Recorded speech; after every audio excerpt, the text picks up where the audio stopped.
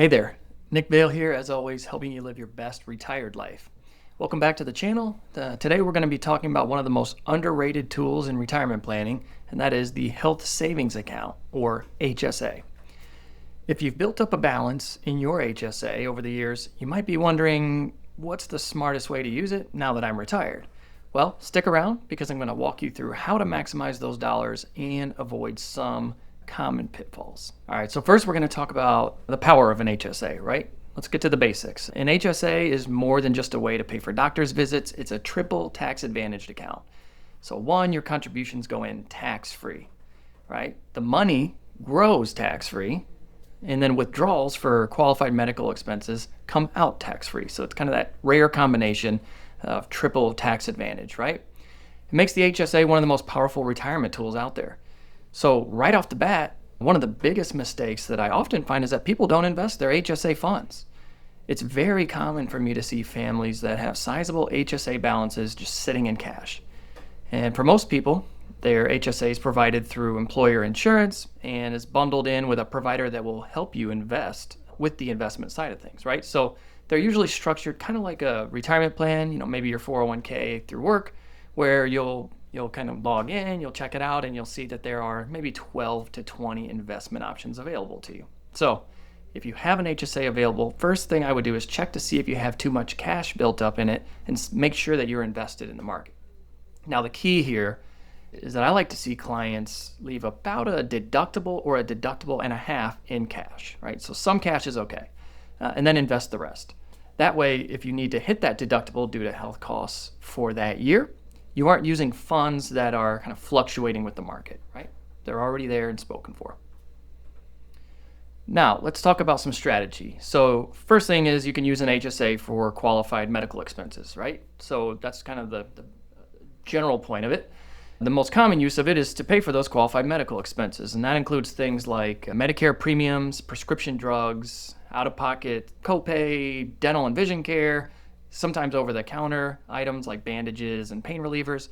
So using your HSA for these expenses keeps your withdrawals tax-free, right? And that's the original goal. Now think of it like this. Every dollar you spend tax-free is a dollar you didn't have to pull from your IRA, 401k, Roth IRA to pay for those items, right? So it's a great medical expense account. Now, what if I'm healthy and don't have any health-related expenses? I get that question a lot. Well, for one, that's great. I'd be very happy for you. That's a very good problem to have.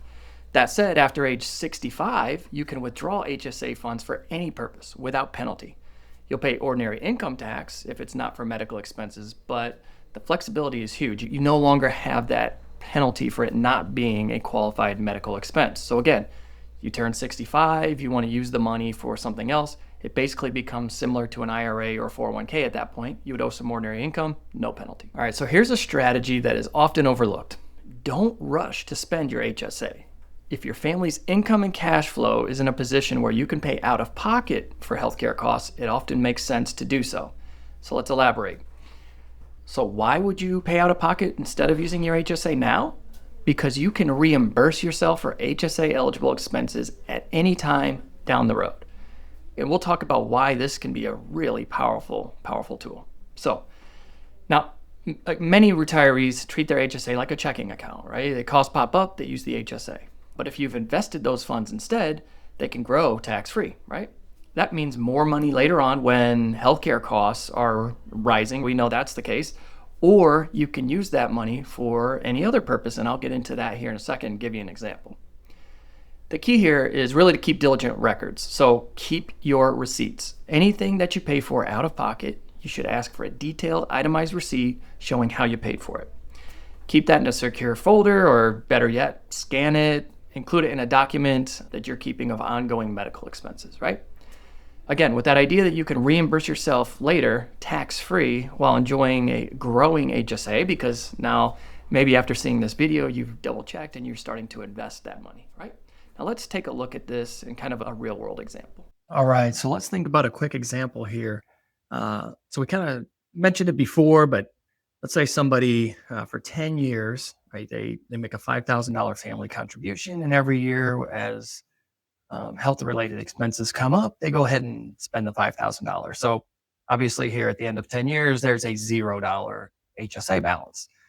Okay, now let's look at a different example where this person, or family, I should say, makes a $5,000 contribution, right, annually for 10 years. No distributions, right? Because as those health related expenses come up, they are funding those expenses out of pocket and keeping good receipts. So no distributions are happening. They stop contributing after 10 years and then it keeps growing because they've invested the money. And we're going to assume a 7% rate of return here. So nothing extravagant, right? 7% rate of return. So now what we'll look at here is that in year 15, this family has about $100,000, right? If they go to year 25, they would have close to $200,000.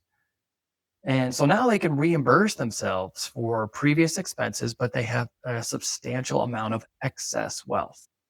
So in that same example, that family, they basically contributed 50,000.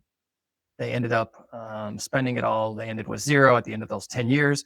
This other family, right, can now, if they do it this way, where they're making the contribution, not taking those distributions from the HSA, but instead paying for it out of pocket, keeping good records, they can now say, all right, in year 15, I'm going to reimburse myself for that $50,000 worth of expenses in the past, but they have about $50,000 left and it's continuing to grow, right? And they can reimburse themselves with that money tax-free because it's a reimbursement of a previous expense that they paid for out of pocket. So it's really powerful. Same example, this person wants to let it grow. This family lets it grow for 25 years, right? Now there's 200,000, close to 200,000 in that account. They can still go back for something that happened over 15 years ago, reimburse themselves for that $50,000 worth of expenses over that 10 years we talked about earlier on.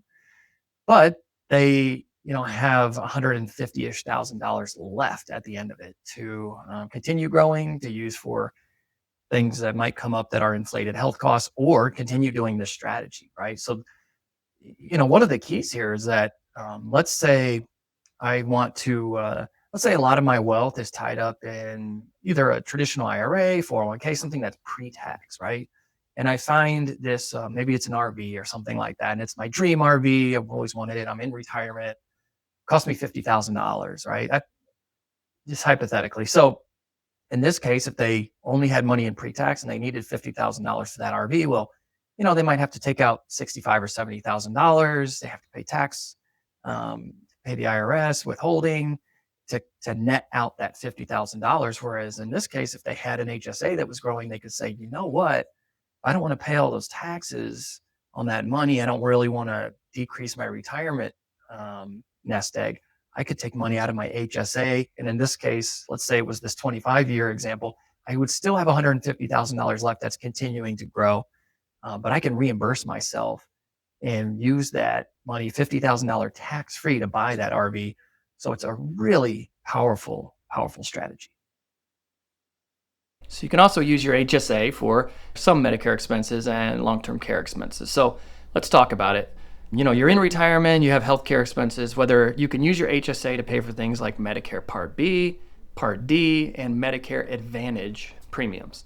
You can also cover COBRA premiums. So if you're going to retire pre-65 and you're looking at the cost of health insurance, you're like, wow, this is really expensive. You can use that account to pay for those COBRA premiums, right? You can also use it to pay for some qualified long-term care insurance premiums. Keyword there is premiums. So these are big ticket items, right? And using your HSA here can save you thousands in taxes. You're using pre-tax money to pay for these items. Just remember one thing, you cannot use HSA funds to pay for Medigap premiums. That's one of the few exceptions. Just be aware of that, right? So let's recap. To maximize your HSA in retirement, use it for qualified medical expenses to keep withdrawals tax-free. Even better, if you don't need it right now, you can delay the spending if possible and let it grow while then reimbursing yourself for expenses you've paid for out of pocket. And you can use it strategically for healthcare costs when you no longer have earned income. Here's the big takeaway. Your HSA isn't just a healthcare account. It's a tax-free retirement tool. If you use it wisely, you can stretch your retirement dollars further than maybe you thought possible. If you found this video helpful, give it a thumbs up. Please feel free to share it with somebody that you know that's planning for retirement. I hope this video really hits home that I think an HSA is one of the most powerful tools out there when it comes to building wealth, and especially when you're planning for retirement. So I hope this was helpful. If you learned a lot, if you have questions, let me know. Thanks for watching, and I'll see you next time. Again, my name is Nick Vail with Integrity Wealth Advisors, and if you'd like to learn more about how we help our clients live their best retired life, you can learn more about us at integritywa.net. Thanks. Have a wonderful day.